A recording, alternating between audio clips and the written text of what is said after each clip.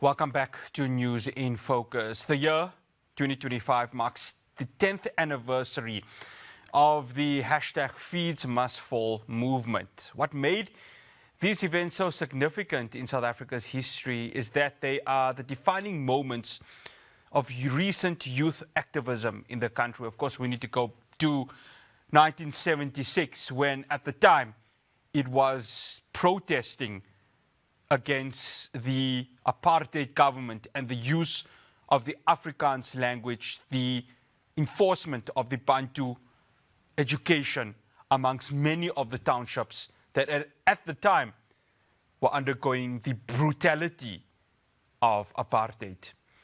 There, when the young people made their voices heard across the country and said, "Government, listen to us, because all we want is education to be free, or to allow for us to have education at a cost which is affordable." Joining me now on Zoom is one of those activists that were part of the Fees Must Fall movement. It is Busisiwe Seabe. Busisiwe, good day to you. Thank you so much for joining us on News in Focus on Hilaal TV. Thank you very much for having me. Good evening to everyone. No, it's an absolute pleasure. Busisiwe, when you look back to those moments, of course, it started at Rhodes. The Rhodes Must Fall. And then, of course, the Open Stellenbosch movements. It were pockets of different universities at the time. Did you ever think it would become a nationwide protest with just these few universities making their voices heard, but then it started to spread? I mean, I must be very honest in that we didn't just think it would be a nationwide, movement or protest action, but we were hoping that it would go and cross into the continent and to other institutions all across Africa. And this is based on our need and our call for decolonization.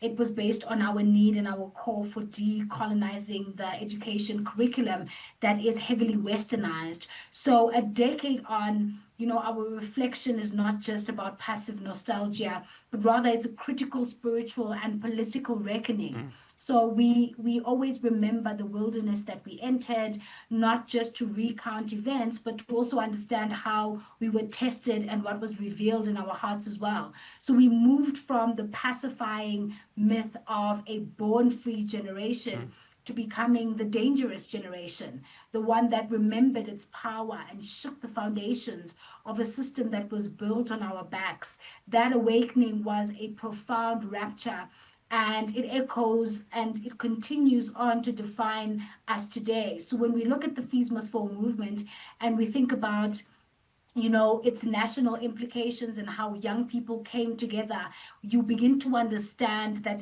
the current generation, or the generation that I was a part of rather, was able to identify its political obligation. It was able to identify its generational mission, and it was willing to fulfill it by all means, as opposed to betraying it. So we were essentially the continuation from the 1976 generation.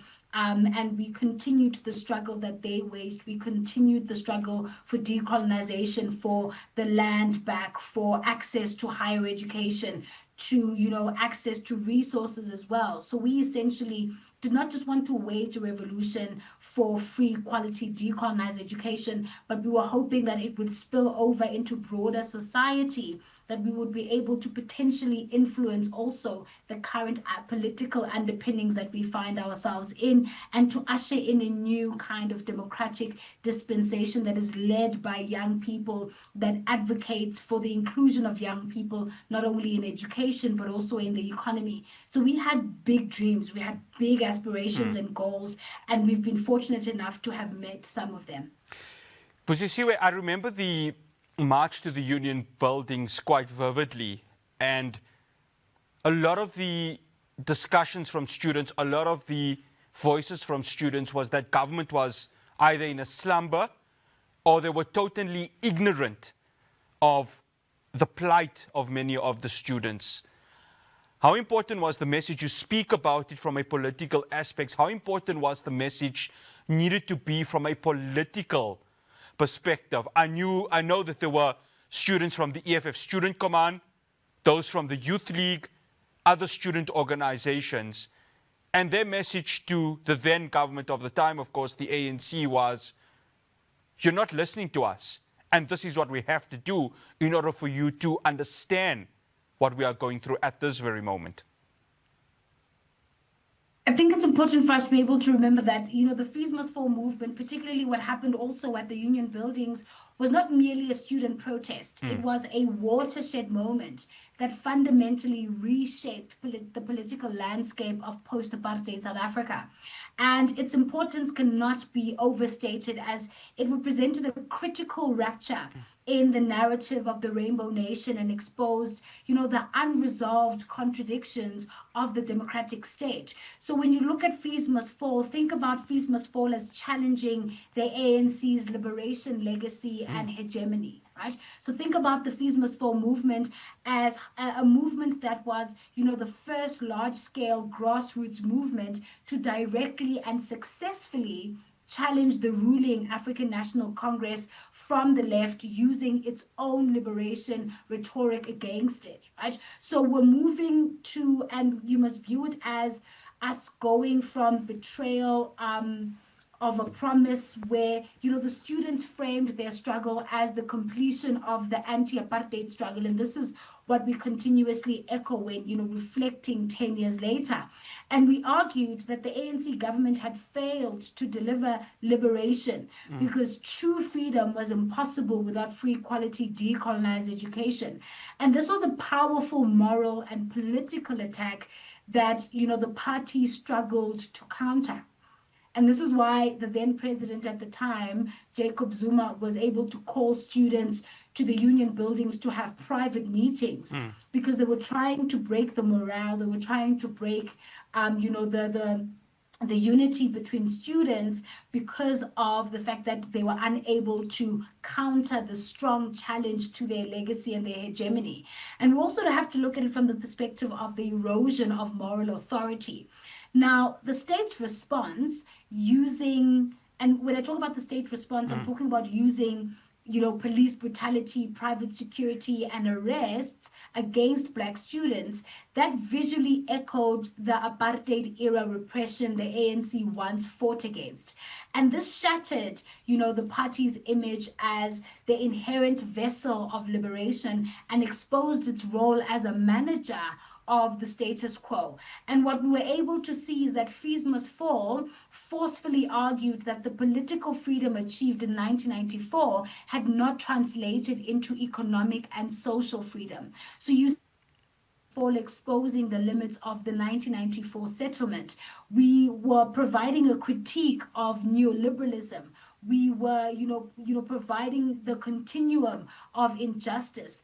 And the movement, in essence, identified and targeted government, and government's adoption of neoliberal economic policies as the root cause of exclusion. And when we talk about government in that particular context, we're talking about the ANC's adoption of neoliberal economic policies as the root cause of, exclusion. And we continued and connected also the fee crisis to the broader issues like outsourcing and privatization and austerity. And we offered a structural critique that went beyond a single issue. And this is why Fees Must Fall was so powerful and so important for its time. And when you look at the continuum of justice, we highlighted the link between, colonial era Bantu education and the current commodified education system. So when you think about FMF, think about a movement that positioned itself not just as a new issue, but as the latest front in a centuries-long struggle against the system designed to exclude Black people. And when I talk about Black people, I'm referring to the Bantu Black or the Biko Black definition, which is inclusive of colored and Indian communities as well. And, this, the Fees Must Fall movement challenged, the official narrative that 1994 was a clean break. And it forced us to look at the national policy crisis and also shift the agenda, not only of the state, but of, ordinary citizens who are subjected to the social contract that we are all party to by virtue of being born in South Africa. After the break, I continue my conversation with Busisiwe Seabe. We ask, 10 years on, has really anything changed? Student debt is high. There have been calls from the Department of Trade, Industry and Competition to place student debt on the National Credit Act, which would make it very difficult for students to take out loans in the future. But most importantly, the state of higher education within South Africa. Do stay tuned. We'll be back after this break.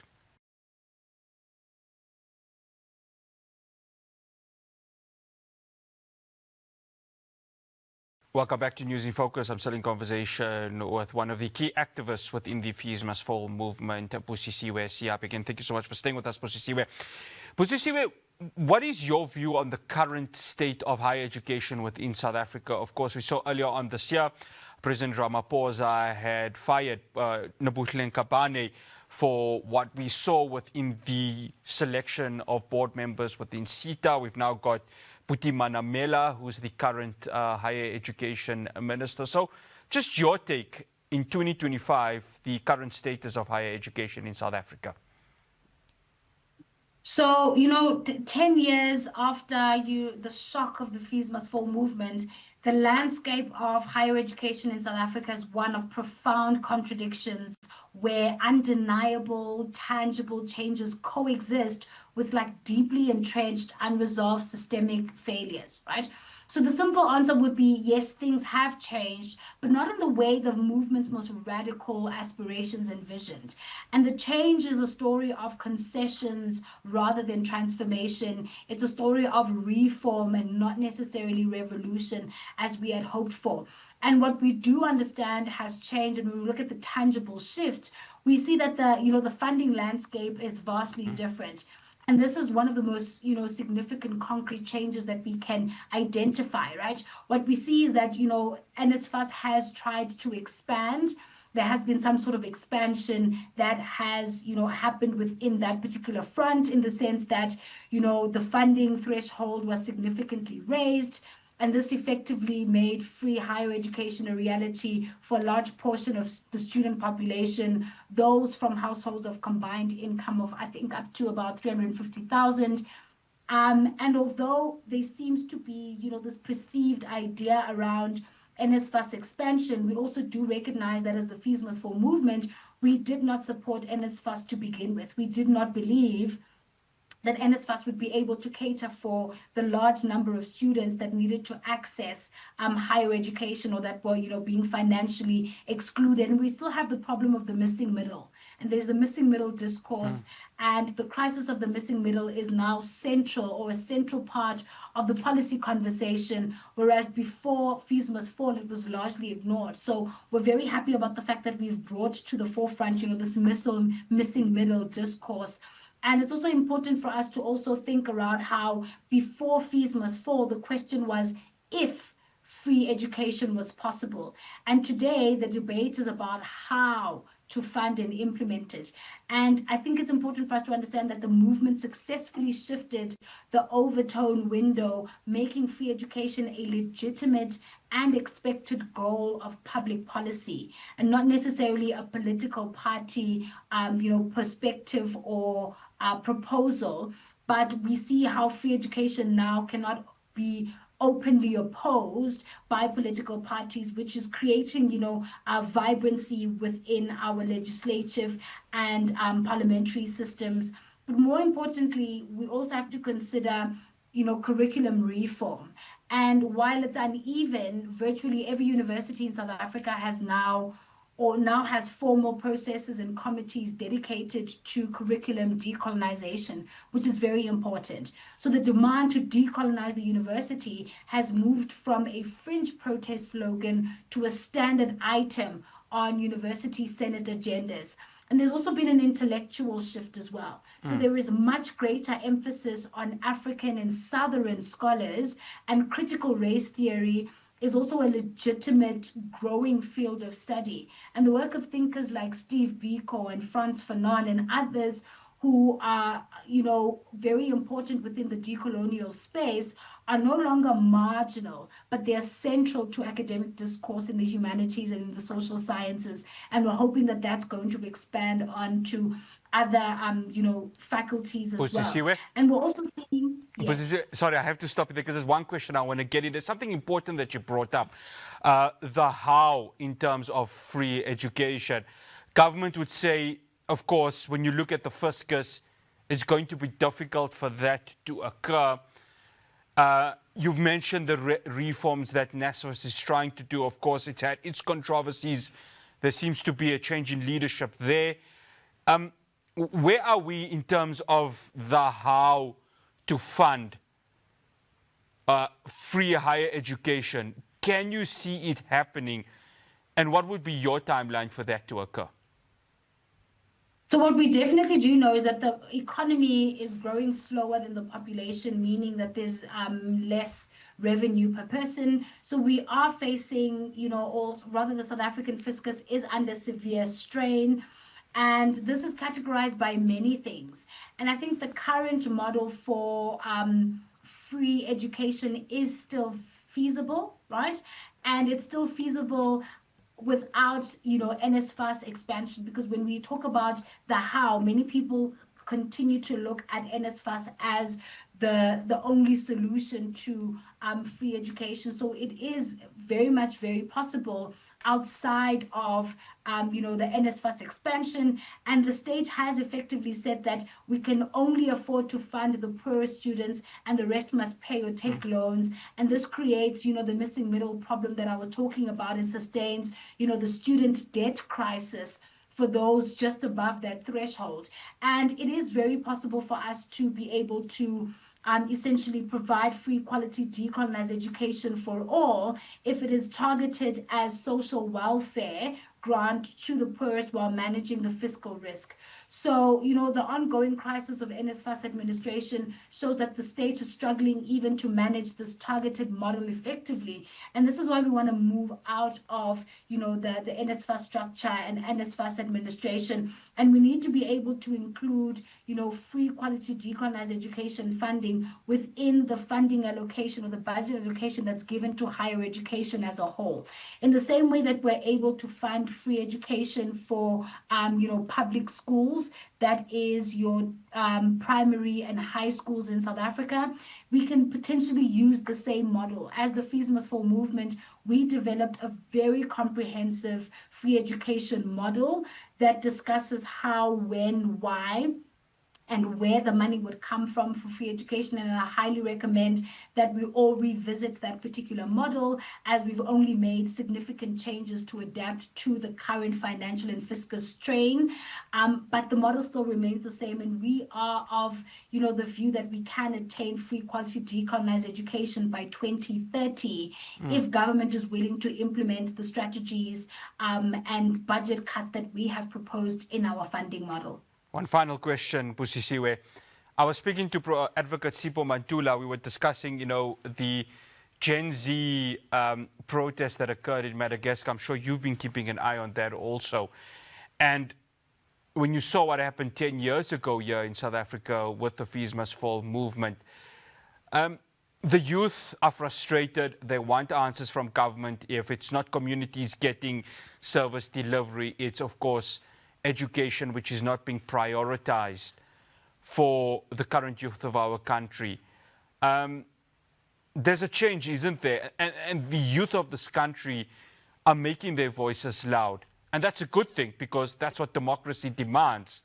But it takes two to tango. Government needs to listen. Can we find that middle ground in the year 2025? I definitely do think that we can find that middle ground, especially when we're looking at, for an example, the funding model that provided, the radical critique of national priorities and how we were demanding a decisive reallocation of the state's budget away from symbols and structures of elite power towards social justice. And when we look at what is happening, in various countries around the world, particularly youth uprisings and youth mobilizations, I do think that there is a possibility for us to find each other, particularly the youth and, those who govern currently. I do believe that, beyond mere cost cutting, the movement for Fees Must Fall advocated for the mobilization of public wealth through progressive taxation, including the introduction of a wealth tax, for an example. And those are things that are still yet to be implemented that can be used to help alleviate a lot of the stress that young people find themselves in. We need more universities.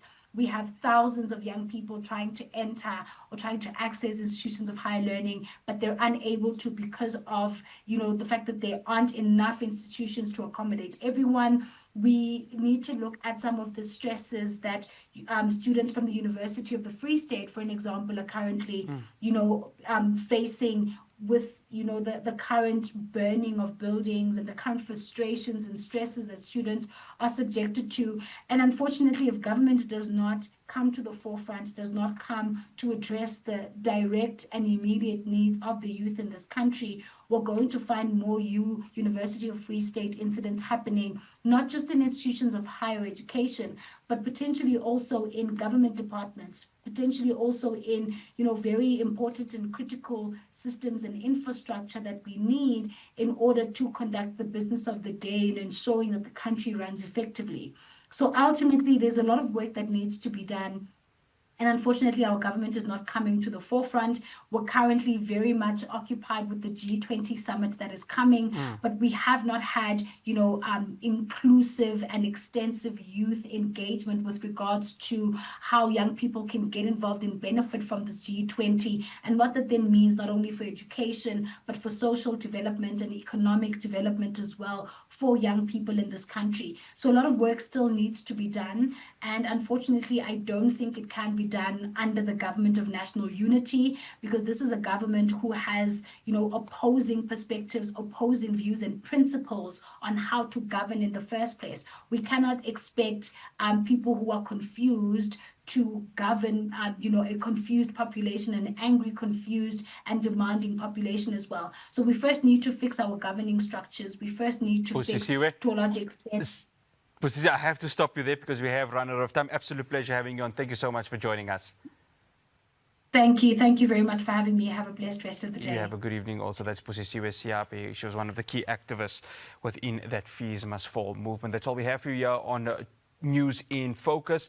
If you've missed today's episode, you'll be able to find it on our YouTube channel. For myself, Faraz Patel, and the rest of the team in Johannesburg, Assalamu alaikum wa rahmatullahi wa barakatuh.